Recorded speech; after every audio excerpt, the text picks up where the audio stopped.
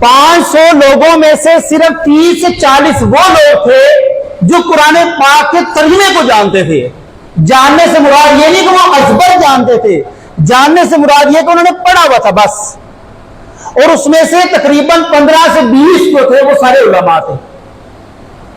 Society کا یہ حال ہے کہ آپ کاپی پینسل پکڑیں، دور نہ جائیں، شہر میں چلے جائیں اور لکھیں، سوال پوچھیں کہ حضرت آپ برا نہ مانیے گا، میں چھوٹا سا سروے کر رہا ہوں اور میرا سروے یہ ہے کہ میں نے دیکھنا میرے پتوں کی شہر میں کتنے لوگ ایسے ہیں جنہوں نے پورا قرآن پاک کا ترجمہ ایک دفعہ پڑھا ہوا ہے. نمبر 1 سوال، کتنے لوگ اس قرآن پاک کے ترجمے کو جو پڑھا ہے کچھ حصہ ان کو یاد ہے؟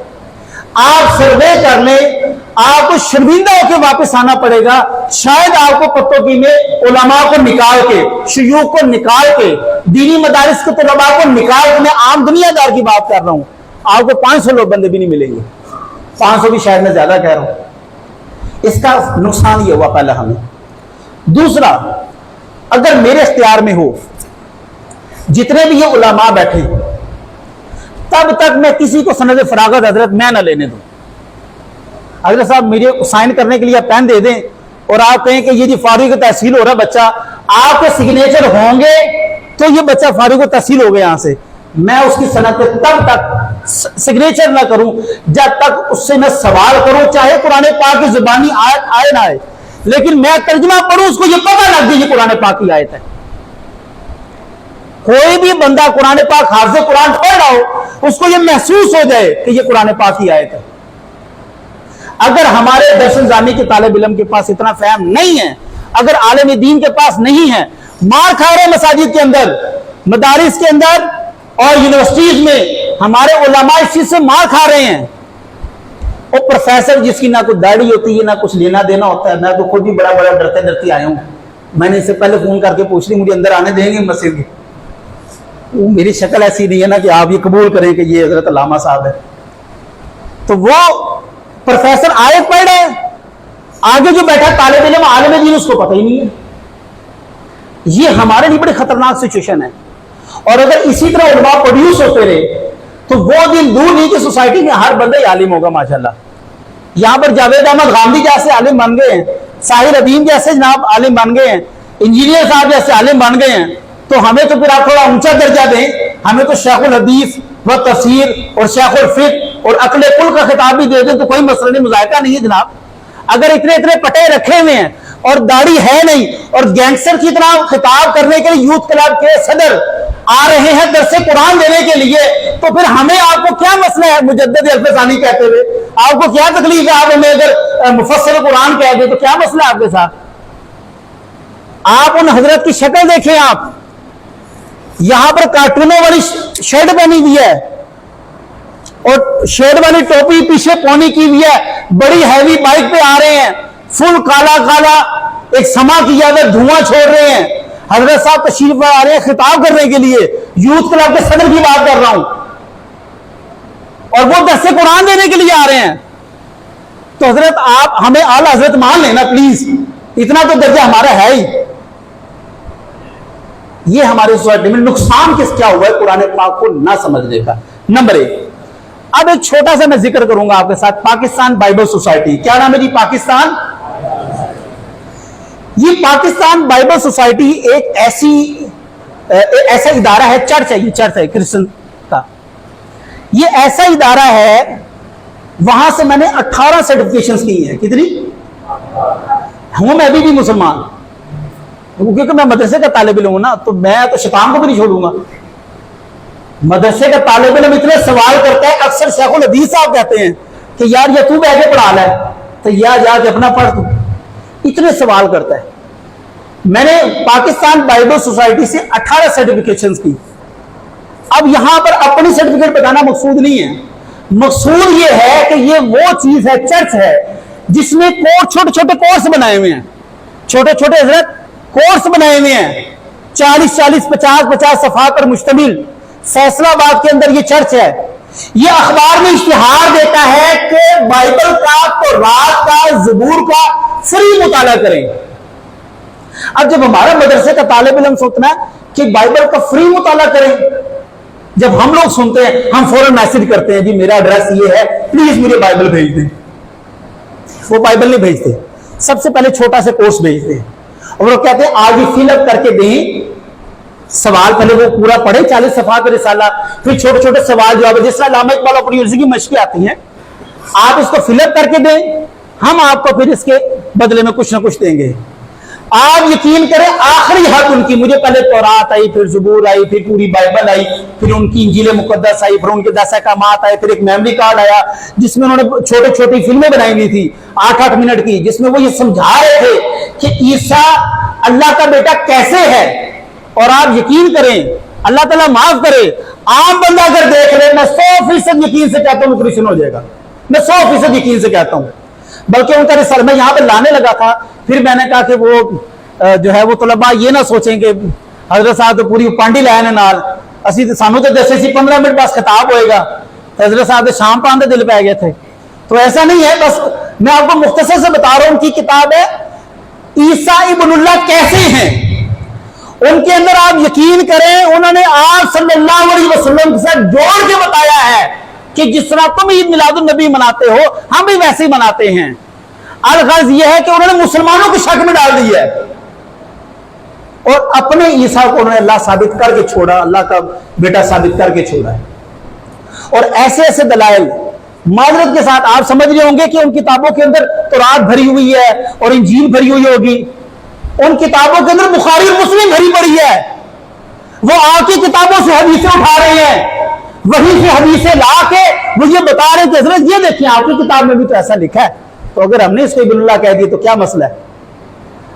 آپ کے عبد القادر جیلانی ٹھڈا مارتے بندہ زندہ کر سکتے ہیں, تو ہمارے عیسیٰ کو کیا مسئلہ ہے. بھئی ہمارا ٹھڈا کام نہیں کرتا کیا, اس میں وائی فائی نہیں لگا ہوا. یہ اس طرح کی مثال انہوں نے پیش کی. اب یہ میرے بتانے کا مقصد کیا ہے. پہلا مقصد یہ ہے کہ اگر یہاں پر جو علماء بیٹھے ہیں, جو بڑے طلباء بیٹھے ہیں, کسی بچے کو سند نہ دی جائے تب جب تک وہ قرآن کی حفاظت کے حوالے سے کوئی آئیڈیا نہیں پیش کرتا, کوئی ڈیزائن تھنکنگ نہیں پیش کرتا کہ قرآن کو اگر محفوظ بنانا ہے, گھر گھر میں قرآن پہنچانا ہے, تو اس کا یہ طریقہ کار ہے. جب تک وہ اتھینٹک آئیڈیا نہیں پیش کرتا, علماء کرام کو درس نظامی کی سند نہیں دینی چاہیے. یہ پہلا ہے. اور یہ میں اس لیے اندر ذرا جوشی خطابت میں بات کر رہا ہوں کہ آپ طلباء ہیں, کوئی دنیا دار بیٹھا ہو تو میں نے پھر ایسے تھوڑی کہنا تھا, میں نے تو کسی اور طرح سے کہنا تھا. تو یہ سب سے پہلے ضروری بات ہے. اب ان کے اثرات کیا ہو رہے ہیں, سب سے پہلا مقصد کیا ہے. ابھی میں جو اگلی بات آپ کو بتانے لگا وہ شاید مشکل ہو جائے. سب سے پہلا مقصد یہ ہے ان کا کہ ہر گھر میں بائبل ہونی چاہیے. یہ ان کا ایک پورا چیلنج ہے. ان کو ٹاسک ملتا ہے, ٹاسک سمجھتے ہیں آپ. بھئی آج صبح کچھ بچوں کو ہدف ملا کہ بیٹا آپ نے جب نا فقیر آئے تو اس کو ذرا تھوڑا سا استقبال کر دینا ہے. ہمارے سر آ رہے ہیں تو ان کا پہلی دفعہ خطاب کرانا ہے, تو سر کو محسوس ہو کہ وہ بہت بڑے بندے ہیں, تو اس لیے آپ نے ذرا, ہم آ گئے. کچھ بچوں کی ڈیوٹی لگی, کچھ بچوں کی ڈیوٹی لگے گی آپ نے کھانا لے کے آنا ہے.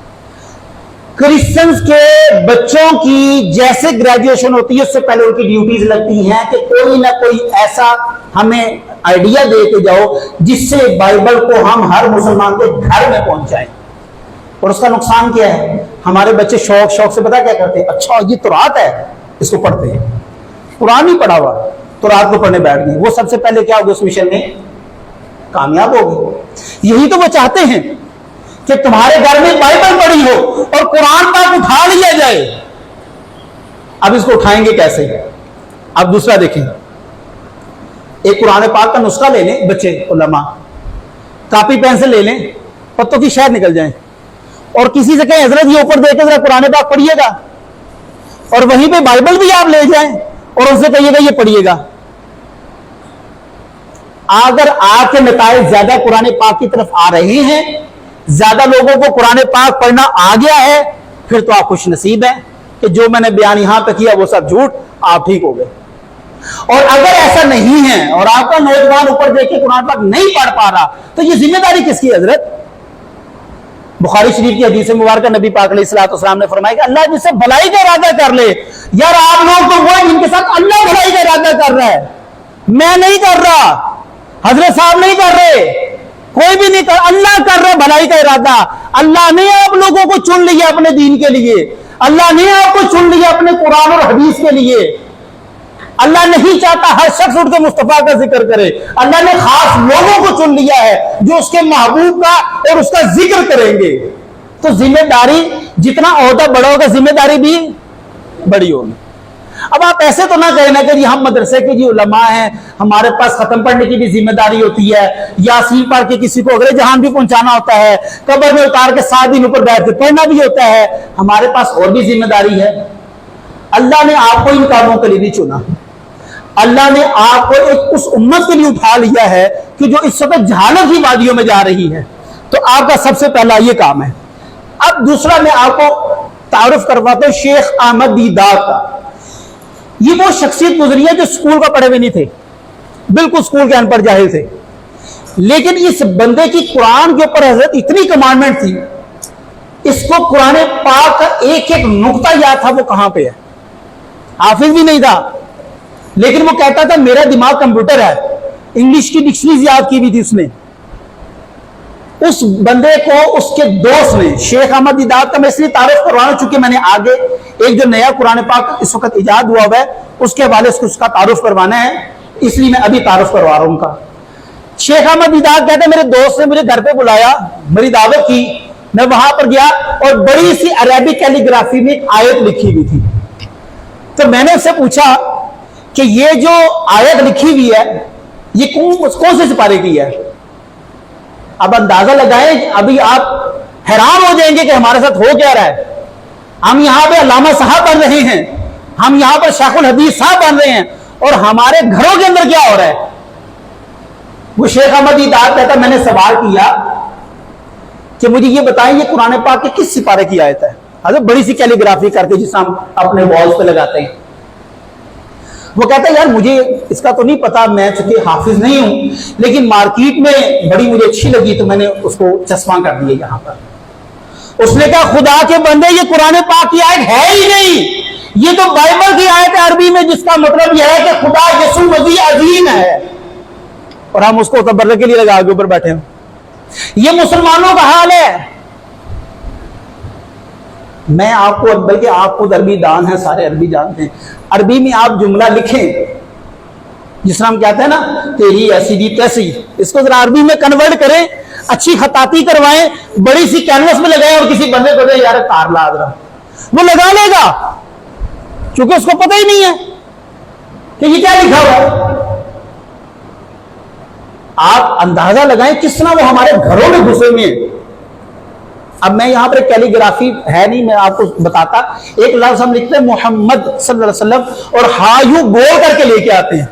وہ لکھتے ہیں محبہ, محمد نہیں لکھتے, وہ محبہ لکھتے ہیں, اور مارکیٹ میں لوگ اس کو محمد سمجھ کے اپنی کیلیگرافی لگا رہے ہیں. سب سے پہلا ان کا یہ کارنامہ. اب قرآن سے متعلق میں نے چھوٹا سا ایک سروے بتا دیا ہے, وہ آپ نے کرنا ہے. اب ہم آ جاتے ہیں چھوٹی سی, اسی کے اگلا پیراگراف ہے, 2 تنظیموں کی طرف جنہوں نے سب سے زیادہ اس کے اوپر کام کیا ہے. وہ ہے صہیونی تنظیم اور دوسری ہے مسیحی تنظیم. کون سی تنظیم جی؟ یہ نا لفظ آپ نے درست کرنا ہے. ہمارے یہاں لفظ بولتے ہیں عیسائی, عیسائیت, یہ دونوں لفظ درست نہیں ہیں. اصل میں لفظ کیا ہے؟ مسیحی اور مسیحیت, یہ 2 لفظ درست ہیں. اب صہیونی تنظیم کیا ہے؟ سارے یہودی جو ہیں وہ بدنصیب نہیں ہیں. اللہ تعالیٰ قرآن پاک میں فرماتا ہے یا بنی اسرائیل اذکروا نعمتی التی انعمت علیکم. بنی اسرائیل وہ ہیں جن پہ اللہ نے فضل کیا ہے. تو یہ یہودی کون ہے, صہیونی کون ہے؟ یہ چھوٹا سا انٹروڈکشن دیتا ہوں, اور میں آپ کو بتاتا ہوں کس طرح انہوں نے 500 سالہ پلان بنایا ہے مسلمانوں کے صرف قرآن پاک کو غائب کرنے کا. یہ جو آپ اکثر بچے دیکھتے ہیں کہ قرآن پاک اپلیکیشنز میں آ گیا ہے, اب بک شیپ میں ختم ہوتا جا رہا ہے, اس کا نقصان کیا ہونے والا ہے؟ صہیونی تنظیم کون سی ہے؟ سب سے پہلے آپ بنی اسرائیل کو دیکھ لیں جن پر اللہ نے فضل کیا ہے. یہ وہ لوگ ہیں جو خالصتاً حضرت یعقوب علیہ السلام کی اولاد ہیں. جس طرح آپ صلی اللہ علیہ وسلم کی اولاد کون ہے؟ سیدہ طیبہ طاہرہ زاہدہ عابدہ فاطمہ زہرا سلام اللہ علیہ. آگے مولا علی آ جاتے ہیں، آپ کے داماد آ جاتے ہیں، پھر حسنین کریمین، اور پھر یہ سید سادات کی ایک لڑی چلتی ہے۔ آپ مجھے بتائیں، آپ سب مسلمان ہیں جی؟ الحمدللہ۔ آپ سید ہیں سارے جی؟ نہیں۔ اب آپ کو فرق سمجھ میں آ رہے ہوگا، جو بنی اسرائیل ہے جس پر اللہ نے فضل کیا ہے وہ صرف حضرت یعقوب کی اولاد ہے۔ یہودیوں پہ اللہ نے فضل نہیں کیا، بلکہ اللہ قرآن پاک میں فرماتا ہے کہ یہود و نصارہ تمہارے دوست نہیں ہو سکتے۔ اب آپ مجھے بتائیں، کوئی بات سمجھ میں آتی ہے کہ اللہ کہتا ہے بنی اسرائیل تجھ پہ فضل کیا ہے، ادھر سے اللہ کہہ رہا ہے یہودیوں یہ تمہارے دوست نہیں ہو سکتے۔ مستشرقین کہتے ہیں کہ یہ دیکھو تمہارے خدا کو خود پتہ نہیں لگ رہا قرآن میں کہنا کیا ہے، ایک جگہ ہم پہ فضل کر رہا ہے، ایک جگہ تمہارے سے دشمنی کا کہہ رہا ہے۔ حضرت ہم یہ کہتے ہیں وہ جو بنی اسرائیل وہ تو ہے ہی، اور وہ تو یہودی ہے ہی نہیں۔ مسلمان اور سید میں بڑا فرق ہے۔ ہر مسلمان سید نہیں ہو سکتا، لیکن ہر سید۔ اسی طرح ہر بنی اسرائیل جو ہے وہ یہودی ہے، لیکن ہر یہودی بنی اسرائیل نہیں ہے۔ اب ایک جماعت ہے بنی اسرائیل جو حضرت یعقوب کی اولاد میں سے سید کی، میں سمجھا رہا ہوں، سید کی طرح آ رہے ہیں۔ یہودی وہ لوگ ہیں جو ان کو دیکھ کر ایمان لائے ہیں حضرت یعقوب پر۔ ان کے بارے میں اللہ نے کہا ہے کہ یہ بڑے منافق ہیں، یہ بڑے چور ہیں، ان کے ساتھ تم نے دوستی نہیں کرنی۔ ان کی دوستی ہو جاتی ہے مسیحیوں کے ساتھ، مسیحیوں کے ساتھ ان کی دوستی ہو جاتی ہے، اور دوستی ہونے کے بعد یہ ایک پلان بناتے ہیں جس کو کہتے ہیں تھنک ٹینک۔ کیا کہتے ہیں جی؟ Think tank. یہ بڑے بڑے لوگ جس طرح یہ قبلہ اساتذہ کرام یہاں پر تشریف فرما ہیں، اور یہاں پر ایک مسئلہ ڈسکس ہو رہا ہے، اس کے سوچنے کے بعد ظاہری بات یہ بھی کوئی قدم اٹھائیں گے کہ یار ہمیں اپنے بچوں کے لیے واقعی کچھ چیزیں ہیں جو کرنی چاہیے۔ اس طرح ایک بڑی مشاورت ہوتی ہے جس میں یہودیوں کے بڑے بڑے ربیز بیٹھتے ہیں۔ کون بیٹھتے ہیں جی؟ ربیز۔ جس طرح آپ کے ہاں مفتیان کرام ہوتے ہیں، مفتی اعظم، ان کے ہاں ربی ہوتے ہیں۔ کون ہوتے ہیں؟ ربی، یا ربی بھی کہتے ہیں، ربی بھی کہتے ہیں ان کو۔ یہ لوگ کیا کرتے ہیں، انہوں نے 500 سالہ پلان بنایا۔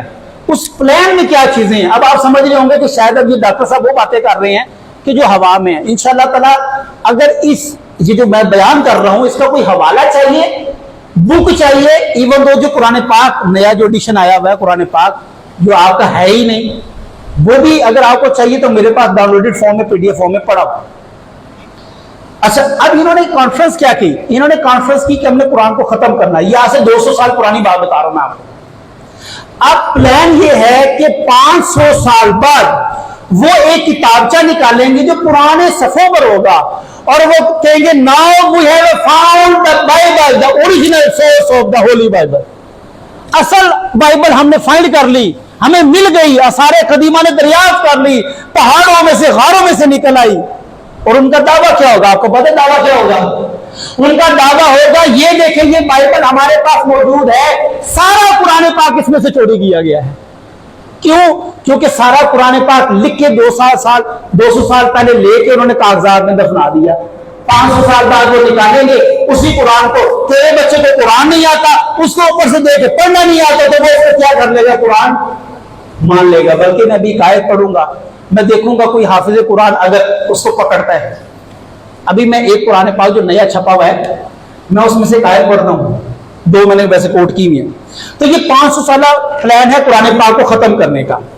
آگے چلتے ہیں۔ یہودیوں کا ایک مدرسہ، چودھری صاحب، یہ جنا لیگ کا ایک چودھری تھا، وہ کہتا مجھے ایک دوست میرا جرمن لے گیا، اس نے کہا میں نے آپ کو وزٹ کروانے ایک مدرسے کا، جس طرح قبلہ علامہ نصیر صاحب نے مجھے حکم فرمایا کہ آپ نے ہمارے مدرسے آنا ہے اور بچوں کے ساتھ کچھ نالج شیئر کرنا ہے۔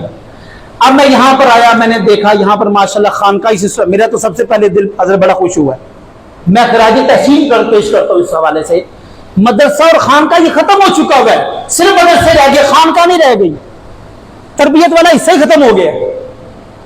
یہ میں کہتا ہوں اتنا خوش نصیب ہوں میں کہ یہاں پر آ کے دونوں چیزیں مجھے ایک ہی پلیٹ فارم پہ ملی ہیں۔ اللہ تعالیٰ اس کو تا حیات قیامت تک اسی طرح آباد اور شاد رکھے، اور آپ لوگ یہاں سے علم کا فیض سمیٹتے چلے جائیں اور دنیا میں پھیلاتے چلے جائیں، اور اللہ آپ کو علم النافع عطا فرمائے۔ بس ایسا علم نہ عطا فرمائے جو آپ خود کو ہلاک کر کے بیٹھ جائیں، ایسا علم نافع عطا فرمائے جو دوسروں کے لیے بھی بھلائی ہو اور آپ کے لیے بھی بھلائی ہو۔ اچھا، اب یہ ایک خفیہ مدرسہ بنا ہوا، اور وہ چودھری صاحب کہتے ہیں کہ آدھے رستے میں انہوں نے میری آنکھوں پہ پٹی باندھی، انہوں نے کہا جی آپ چلیں آگے۔ جب میں آگے گیا تو آنکھیں کھولی، بڑا خوبصورت اور بڑی بلند عمارت، وہاں پر جناب آوازیں آ رہی جیسے مدرسوں سے آوازیں آتی ہیں. تو چودھری صاحب کہتے ہیں یہ تو کیا ہے، مطلب یہ مدرسہ ہے، اس میں کون سی ایسی راز کی بات ہے؟ وہ کہتے ہیں حضرت آپ آگے تو تشریف لائیں، یہ جو خاص طور پر علماء یہ ان کے سننے کی بات ہے. جب وہ آگے گئے تو آگے دیکھا یہاں پر شعبہ حفظ لگا ہوا ہے، یہاں پر شعبہ قرات ہے، یہاں پر عامہ والے بیٹھے، وہاں خاصہ والے بیٹھے، عالیہ والے، عالمیہ والے، تفسیر والے، علم الکلام والے، فلسفے والے. بڑے حیران. انہوں نے کہا یہ مدرسہ ہے، اس میں مجھے کیا حیران ہونے والی بات ہے؟ انہوں نے کہا حیران ہونے والی بات یہ ہے کہ حضرت یہ مدرسہ تو ہے لیکن مسلمانوں کا نہیں ہے. یہ مدرسہ کن کا ہے؟ یہ مدرسہ صہیونیوں کا ہے، اور یہ سارے بیٹھے ہوئے یہودی کے بچے ہیں، یہ مسلمان کا ایک بھی بچہ نہیں ہے. یہ تمہارا قرآن حفظ کر رہے ہیں، تمہاری قرات پڑھ رہے ہیں، تمہارے دینی مسائل پڑھ رہے ہیں، اور تمہاری مسجدوں میں جا کے کہیں گے یہاں پر ہاتھ باندھنے کے تو نماز نہیں ہوگی، یہاں پر باندھنے کے تو نفس قابو میں رہے گا، یہاں پر رہیں گا تو دل قابو رہے گا. یہ مسائل جا کے بتائیں گے، وہ تمہیں دین سے ہٹا کے رکھ دیں گے تمہارے. اور آج آپ دیکھیں ہمارے ہاں یہ مسئلے جن کے اوپر علماء ولدوالین نہیں پڑھا تو ولدوالین پڑھ لی ہے. تو میں نے اپنی آنکھوں سے دیکھا امام کو جوتیاں کھاتے ہوئے اس بات کے اوپر. لوگوں نے جوتیاں ماری امام صاحب کو کہ تسی وہابی ہو گئے، تسی ولدوالین پڑھ لیا. یہ اختلاف ہے. ہم سب جانتے ہیں یہاں پر جو قرآن تشریف فرما ہے سب سے مشکل مخرج بہت کا ہے. پوری زبان اور جڑیں ساتھ ملتی ہیں، بالکل اینڈ والا کارنر والا حصہ یہ سب سے مشکل مخرج ہے قرات کے اندر. اگر کسی بیچارے سے نہیں نکلا کو توتلا بھی ہو سکتا ہے، اس کا کیا کریں گے آپ؟ اچھا اب اس بات کی تصدیق کیسے ہوتی ہے؟ ابھی بھی جیو نیوز کا ایک صحافی زندہ ہے، اس نے انٹرویو میں کہا میں سعودی عرب دبئی گیا اور دبئی میں ایک عربی اردو بول رہا تھا، لباس اس کا عربیوں والا، he look like Arabic but he was speaking Urdu. تو میں بڑا حیران ہوں. میں نے کہا حضرت you know my language, you are speaking Urdu. اس آ کے سائن میں کوئی سلیکی بھی آن دی تھا، سلیکی بھی آن دی ہاں تھا، سلیکی کی بھی آن دی ہے. میں 10 سال نوکری کے اندر رہا، میں 10 سال تمہارے ڈیرہ غازی خان میں نوکری کرتا رہا امام خطیب کی. تو انہوں نے کہا ماشاءاللہ آپ کو سرائکی آتی ہے، اردو آتی ہے، تو آپ پاکستان میں اپنی خدمات کیوں نہیں پیش کرتے؟ انہوں نے کیونکہ میں مسلمان نہیں ہوں. انہوں نے کہا یہ کیا بات ہے مسلمان نہیں؟ انہوں نے کہا جناب میں یہودی ہوں، 10 سال میں نے نوکری کی ہے ڈیرہ اسماعیل خان میں، وہ اجتماع پارٹ آف جاب میری نوکری کا حصہ تھا. تو کرنا کیا تھا؟ چھوٹے چھوٹے اختلافی مسئلے ڈالنے ہیں بس. اور مسئلہ کیا ہوگا؟ ہے کسی عالم کو جرت؟ اب یہ علماء کا جملہ ہے بڑا مشہور، پوری ذخیرہ حدیث میں یہ حدیث نہیں ہے. حضرت صاحب آپ کو پتا ذخیرہ حدیث ہے کتنی؟ تمہیں زیادہ سے زیادہ 30 سے 40 کتابوں کا نام پتا ہوگا. اور بھائی 300 سے اوپر کتابیں حدیث کی، اور تم اتنا منہ پھاڑ کے کہہ رہے ہو ذخیرہ حدیث. پوری ذخیرہ اگر نکلے حدیث سے پھر مولوی صاحب نے نہیں بچنا. یہ جسارت کون کرتا ہے؟ یہ علماء نہیں کرتے. عالم کا کام ہی نہیں جسارت کرنا، عالم تو جھکا ہوا ہوتا ہے، وہ تو عاجز ہوتا ہے. یہ جاہل لوگ کرتے ہیں. اور وہ یہودی یہاں پر 10 سے 15 سال، اور یہ ابھی بھی معذرت کے ساتھ ہمارے ہاں، وہ میں واقعہ نہیں سناتا چونکہ وہ بچے بھی بیٹھے ہوئے ہیں، زیادہ جو شریف ہوتی ہے نا وہ بھی خطرناک ہوتی ہے. حد سے زیادہ بھی متقی نہیں ہونا چاہیے. ٹھیک ہے، وہ تقاضے بشری سے نکل جاتی ہے باہر کے، وہ نرانیت میں داخل ہو رہی ہوتی ہے، وہ نرانیت کہیں آگے جا رہی ہوتی ہے. تو کچھ تھوڑی سی نا سرزنش بھی ہونی چاہیے. ہم نے بھی اپنے اساتذہ سے جوتیاں کھائیں ہوئی ہیں، کبھی نماز لیٹ پڑھ لینا، کبھی ادھر نکل جانا، کبھی ادھر. تو یہ تقاضا بشریت ہے.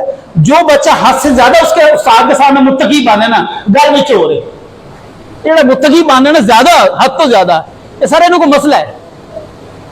انسان رہنا چاہیے، تھوڑی سی خطا بھی ہونی چاہیے. اب میں آپ کو اس قرآن پاک کا تعارف کرواتا ہوں. اور یہ مسئلہ کون سا شروع ہو رہا ہے جی؟ یہ ذہن میں رکھیے گا، انا نحن نزلنا الذکر وانا لہ. قرآن پاک میں اللہ تعالیٰ ارشاد فرماتا ہے کہ ذکر کو ہم نے نازل کیا. کس کو نازل کیا؟ ذکر کو نازل کیا. قرآن پاک کو نازل کیا، یہ ذکر کو نازل کیا. ہاں دیکھیں اتنی سی بات سے پکڑتے ہیں وہ. وہ کہتے ہیں اللہ کہتا ہے میں نے ذکر نازل کیا، تم کہتے قرآن نازل کیا. ہم کہتے ہیں کہ علامہ جلال الدین سیوطی نے، علامہ نبانی نے، فلانے علامہ نے 5 نام لکھے ہیں، کسی نے 55 نام لکھے ہیں، کسی نے قرآن پاک کے 95 نام لکھے ہیں. وہ کہتے ہیں اس کو چھوڑیں، ہمیں جھنجھٹ میں نہ ڈالیں. یہاں پر لفظ اللہ نے ذکر استعمال کیا، اور ذکر کا مطلب ہوتا ہے نصیحت کرنا، یاد دہانی کرانا. تو یہاں پہ تو قرآن لکھا ہی نہیں، تو اللہ کس کی حفاظت کر رہا ہے؟ اب وہ کہتے ہیں اگر تمہارا اللہ قرآن پاک کی حفاظت کر رہا ہے تو یہ جو قرآن پاک اب نیا ایڈیشن چھپ گیا ہے یہ کہاں سے آیا ہے؟ اب اس کا تعارف سنیں. اس کا نام ہے فرقان الحق. کیا نام ہے جی؟ یہ لکھا پتا کس نے؟ اس کا نام ہے انیس شورو. کیا نام ہے جی؟ انیس. ویسے اس کے ہینڈ میں شین بھی آتا ہے، شورش بھی کہتے ہیں اس کو، لیکن انیس شورو اس کا نام ہے. You can find his videos on YouTube, you can listen. یہ بہت زبردست اسپیکر ہے. اب اس کا میں تھوڑا سا تعارف کروا دیتا ہوں، اور یہ نا ضروری ہے. آپ طلباء سے علماء سے میری گزارش ہے اپنے حریف، اپنے مد مقابل جو بندہ ہے اس کا کھل کے تعارف کروایا کریں، لمبا چوڑا تعارف کروایا کریں. اس سے آپ کی شان بنے گی کہ ہمارے حضرت صاحب پتہ کس سے جیت کے آئے تھے؟ وہ اتنا بڑا عالم تھا، وہ اتنی عربی جانتا تھا، حضرت نے یہ بھی بتایا ان کے بارے میں. وہ کہتے ہیں حضرت علی نے وہ غزوہ خندق میں گیا اور وہ جناب عمروں کو مار گیا. یہ کیا بات ہوگی؟ وہ عام بندہ تھا جو 9 فٹ کی خندق پار کر کے آ گیا، وہ عام بندہ تھا کوئی؟ اس کا بتایا نہیں کہ تھوڑی فضیلت. ترکیوں کے اندر یہ کہاوت ہے، ترکی کہتے ہیں کہ ہم نشانہ جس کا اچھا ہو اور جو دل کا پکا دلیر ہو، ہاں وہ دشمن ہی کیوں نہ ہو، ہم اس کی تعریف ضرور کرتے ہیں. اور ہمارے ہاں جیلس ہوتے رہتے، تعریف کیا کریں اپنے فریقین کی، اپنے حریفوں کی تعریف کیا کریں، اس کو خوش فہمی میں مار کے رکھ دے. یہ وہ اس کو ٹائم ہی نہیں ملے، اس کو یہ لگے میں تو بہت چنگا، میں تو متقی تو پرہیزگار ہاں، فرشتے انتظار کرتے ہیں سویرے اٹھے تھے اسی جناب نے وضو کرائیے. اس کو ذہن میں ڈال دیں آپ. اب یہ انیس شورو وہ بندہ ہے، اس کے بارے میں سن لیں. اس کو کہا جاتا تھا iconic on the T V, he was the icon of the T V. اب ہم ٹی وی پہ بیٹھتے ہیں، مجھے تقریباً 4-5 سال ہو گئے ٹی وی پہ بیٹھتے ہوئے. میں کبھی خود دیکھتا ہوں، میں کہتا ہوں میں چنگا نہیں لگ رہا، میں تھوڑا سا سمارٹ ہوگا نا پھر سونا لگنا سے. یہ وہ بندہ تھا جب 70s 80s کے اندر اس کو icon of the T V کہتے تھے اگر ٹی وی پہ کوئی شخص بول سکتا ہے یا جس کے اندر سکلز اور کمیونیکیشن ہے وہ انیس شورو ہے. اب یہ بندہ ہے کون؟ یہ مصری عربی ہے، یہ نہیں کہ میں دوسرے الفاظ میں کہوں، یہ عربی فرعون ہے. یہ فرعون ہے کیونکہ اس کا تعلق کوفی لا یوفی. اب ہر کوفی تو نہیں وفادار ہوتا، لیکن امام نے فرما دیا تھا کہ کوفی لا، امام ابو حنیفہ کو کوفی لا یوفی، کہ تسی وفادار نہیں ہوندے. اسی طرح انیس شورو چونکہ مصر کا ہے اور عربی بولتا ہے تو یہ عربی فرعون ہے، اس کا ورژن ہے فرعون کا عربی. اس نے 2005 میں، اب یہ جو میں نے مدرسے والی بات سنائی اور یہ یہودیوں کو پروپیگنڈا 500، یہ ساری تنقید اس کی بنتی جا رہی ہے. اس نے 2005 میں ایک مضمون لکھا، علامہ ہدایت اللہ نے 2005 میں شمارہ تھا جی، وہ 9واں شمارہ تھا، اور اس میں انہوں نے یہ مضمون لکھا کہ ایک قرآن پاک شائع ہوا ہے کہ جو نیا قرآن پاک فرقان الحق کے نام سے آیا ہے. یہ میں نے مضمون پڑھا، میں اس کی سرچ میں نکل گیا کہ واقعی صحیح لکھا ہوا ہے، یا ہو سکتا ہے مولانا ہدایت اللہ صاحب کو ہو کہ یار میرا مضمون نہیں چھاپ رہا تو چلو کوئی نہ کوئی ایسی بات میں لکھ دوں کہ جس سے میری ذرا، لیکن جب میں نے ریسرچ کری تو وہ فرقان الحق مجھے مل گیا اور وہ PDF فارم میں میرے پاس پڑا ہوا ہے. اس کا نام ہے الفرقان الحق. امریکی قرآن اس کے مصنف ہیں انیس شورو، ڈاکٹر انیس شورو، جس کا میں نے بھی آپ کو تعارف کروایا ہے. وہ خود کو مہدی بھی کہتا ہے یا مہدی منتظر کہتا ہے. وہ کہتا ہے یا تو مہدی میں ہی ہوں یا پھر جس نے مہدی نے آنا ہے نا اس سے پہلے والی بشارت میں ہوں. مطلب اس نے رستہ بند کر دیا ہے. وہ کہتا ہے چیز بڑی کی صرف میں ہی لینی ہے. یہ مہدی والا کھیل ہر بندہ اٹھ کے مہدی بنا پھر رہا ہے. یہ بڑا آسان ہے. مطلب جس کے پاس کوئی کام نہیں ہوتا، جو بیچارہ تنگ ہوتا ہے، بیزار ہوتا ہے زندگی سے، وہ کہتا ہے کیا کروں سویرے اٹھ کے کہنا میں مہدی ہوں، میری بیعت کر لیں. کوئی نبی بن رہا ہے، مطلب بڑا دعویٰ ہے ہی نہیں. اور میں سوچتا تھا کہ یار ہر بندہ اٹھ کے نبی بن رہا ہے، مزہ نہیں آ رہا. ہر بندہ ہی دعویٰ کر رہا ہے نبی، مہدی تو ہر تیسرا بندہ بنا ہوا ہے. کوئی بڑا دعویٰ ہونا چاہیے. آپ یقین کریں جرمن کا ایک بندہ، میں نے اس کی ویڈیو دیکھی، وہ کہتا ہے میں خدا ہوں. میں کہوں ایسا ہی ہے نا، گل تو ہے نا، ساری گھوڑے ہی لکھایا انہیں کہ بنتے رہو جو بنا میرے تھلے جا رہے ہو. خدا میں بڑا جی مہدی بنو یا جو مرضی بنو، عیسیٰ بنو، موسیٰ بنو، میں ہوں خدا بن گیا. اب جی اس فرقان الحق کا تعارف کرواتے ہوئے وہ اپنے آپ کو کہتے ہیں جی میں مہدی ہوں، اور یہ وہ بندہ ہے، اس کا لائیو ریکارڈنگ یوٹیوب کے اوپر مناظرہ بھی پڑا ہے شیخ احمد دیدار کے ساتھ، یہ فرار ہوا ہے وہاں سے، یہ بھاگا ہوا وہاں سے، اس کو بائبل یاد نہیں تھی، اور شیخ احمد دیدار وہ ہے جس کو 75 بائبل کی کتابیں یاد ہے۔ کتنی کتابیں جی بائبل کی؟ 75۔ 10 نکال دو تو یہودیوں کی 65 بن جاتی ہیں، اور یہودی کہتے ہیں یہ ہم میں سے نہیں۔ 2 ایڈیشن ہے، ایک نیا عہدنامہ اور قدیم عہدنامہ اور جدید عہدنامہ۔ جو قدیم ہے وہ تورات زبور ہے، اور جو نیا اس میں صرف کیا ہے؟ پطرس کی انجیل ہے، لوکا کی انجیل ہے اور مارک کی انجیل ہے۔ یہ صرف 4 اناجیل اس میں موجود ہے جس کو ہم بائبل مقدس کہتے ہیں۔ اس میں سے نکال دو انجیل تو صرف یہ 4 کتابیں رہ جاتی، باقی سارا پچھلا ایسا تورات ہے جو یہودیوں کا قانون تھا جو حضرت موسیٰ علیہ السلام پہ نازل ہے۔ اب اس بندے نے کیا کیا جی؟ اس قرآن پاک کا جو ہے وہ تقریباً 77 چیپٹر ہے، 77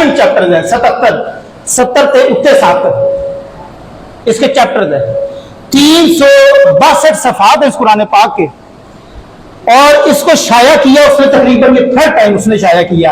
اب ایک آیت سورۃ ابراہیم کی بتا رہا ہوں، حفاظ ذرا دھیان سے سنیں۔ مَثَلُ الَّذِينَ كَفَرُوا بِرَبِّهِمْ أَعْمَالُهُمْ، یہ ایک آیت شروع ہو رہی ہے، حفاظ کو سمجھ لگ گئی جی کہاں سے پڑھ رہا ہوں جی میں؟ یہ قرآن پاک کی آیت ہے سورہ ابراہیم کی، اس نے اس کے مد مقابل آیت کون سی بنائی ہے وہ بھی سنیں۔ وہ کہتا ہے مَثَلُ الَّذِينَ كَفَرُوا وَكَذَّبُوا بِالْإِنجِيلِ الْحَقِّ، مثال ان لوگوں کی جنہوں نے حق بائبل کا انکار کیا۔ میں کہتا ہوں کہ یہ چیلنج ہے میرا، یہاں پر بیٹھے ہر طالب علم کو، اٹھائیں اس آیت کو، لے کے جائیں بتوں کی، لے کے جائیں لاہور شہر، لے کے جائیں اسلام آباد، کسی دنیا دار سے کہیں اس آیت کو پڑھو، یہ قرآن پاک کی کون سی آیت ہے، وہ قرآن کی آیت پڑھ جائے گا اس کو سمجھ کے۔ یہ تو حافظ انہوں نے پکڑ لیا ہے کہ بھائی جان انجیل کے تھرو آگے تھے، ادھر تو لفظ آگے وہ ہے ہی نہیں، آگے تو اعمالہم کرماد، یہ والا لفظ ہے۔ آپ کہاں سے یہ بالانجیل اور بالحق یہ کہاں سے لے آئے آپ؟ حافظ پکڑ سکے گا عام ہوگا؟ اور اس کا 3 ایڈیشن چھاپ چکی ہیں 10 اور امریکہ والے مسلمانوں کا کی قصور ہے؟ ارے امریکہ والے مسلمان رہ گئے نہیں۔ اور یہ پہلا قرآن پاک نہیں، ابھی 2-3 اور میں انٹروڈکشن بھی کرواتا ہوں آپ کو، یہ پہلا قرآن چھپا ہوا، آپ حیران ہو گئے ہیں کہ فرقان الحق آ گیا۔ اس سرکار فرقان الحق سے میرے خیال کو 26 یا 27 ہونے ہیں۔ اس سے پہلے کیا ہوا؟ اس سے پہلے ایک انڈیا کا پنڈت، اس کے میں نے مناظرے دیکھے، پیس بی بی کا ایک مناظر تھا، اس سے وہ ہار گیا، سر 21 سپارے اس نے نقل کیے، 21 سپارے، اور وہ آپ کو پتا کون تھا؟ وہ امام مسجد کا بیٹا امام مسجد تھا۔ یہودیت کو اور مسیحیت کو مطالعہ کرنے کے لیے دل میں ایمان کا ہونا ضروری ہے، کامل استاد کا ہونا ضروری ہے، ٹھنڈے مزاج کا ہونا ضروری ہے، اور وسعت ذہن کا ہونا ضروری ہے۔ اگر کامل مرشد یا استاد نہیں ہے، آپ بائبل پکڑیں، میں نہ آپ 6 مہینے بعد مجھے بتائیں ذرا اپنی آپ کی کیا حیثیت ہو گئی ہے، آپ کو شش و پانچ میں پڑ جائیں گے۔ بائبل کا مطالعہ کرنے سے پہلے کامل استاد تلاش کریں جس کی دسترس ہو، ذرا کھول کے رکھیں اپنے دماغ کو، تنگ سے نہیں رکھنا، اپنے نظریے کو کھولیں۔ اس پنڈت نے تقریباً 21 سپارے ترتیب دیے، اور ترتیب کیسے دیے ان کا میں جواب بھی دیتا ہوں، بھی پریشان ہو، بھی قرآن سے چھپ گئے تو ڈاکٹر صاحب قرآن کی مشین لا کے چلے گئے تھے، جواب کسی طرح نہیں دے کے گئے، جواب بھی دیں گے انشاءاللہ۔ 21 سپارے اس نے چھاپے کیسے جی؟ سورۃ الناس کی آیت توڑی، الحمد میں ڈال دی، الحمد کی توڑی بقرہ میں ڈال دی، بقرہ کی آیت توڑی سورۃ النساء میں ڈال دی۔ اس طرح کر کرا کے اس نے دعویٰ کیے I receive the challenge of the holy power، میں اللہ کا چیلنج ایکسپٹ کرتا ہوں۔ انیشوروں نے کہا، تمہارے رب نے کہا چیلنج فاتو بسورۃ من مثلہ، اس کی ایک سورت کی مثل لے کر آؤ۔ میں جناب 77 چیپٹر لے کے آ گیا، ہندو کہتا ہے میں 21 سپارے لے کر آ گیا ہوں، اور اس کے آگے وسیم رضوی جو ابھی اہل تشیع تھا، جو ابھی ہندو بن گیا، اور یہ بھی امام مسجد صاحب ہندو بن گئے تھے، یہ سارے ہندو بن گئے۔ اس نے 21 آیات قرآن کی نکال کے چھاپا کر دیا، اس نے کہا لے یہ اصل میں قرآن پاک جو محمد نے ہمیں دیا، یہ 21 کتاب کی آیات، جہاد کی آیات، یہ تو ابو بکر عمر عثمان علی نے ڈالی ہیں، یہ تو محمد نے دی نہیں ہمیں۔ وہ اہل تشیع کیا ہو گیا؟ ہندو ہو گیا۔ اس کے بعد آ جاتا ہے شیخ محمد، کون آ جاتا ہے جی؟ تگڑے ہیں، کوئی مسئلہ تو نہیں ہے؟ بور تو نہیں فیل کر رہے آپ لوگ؟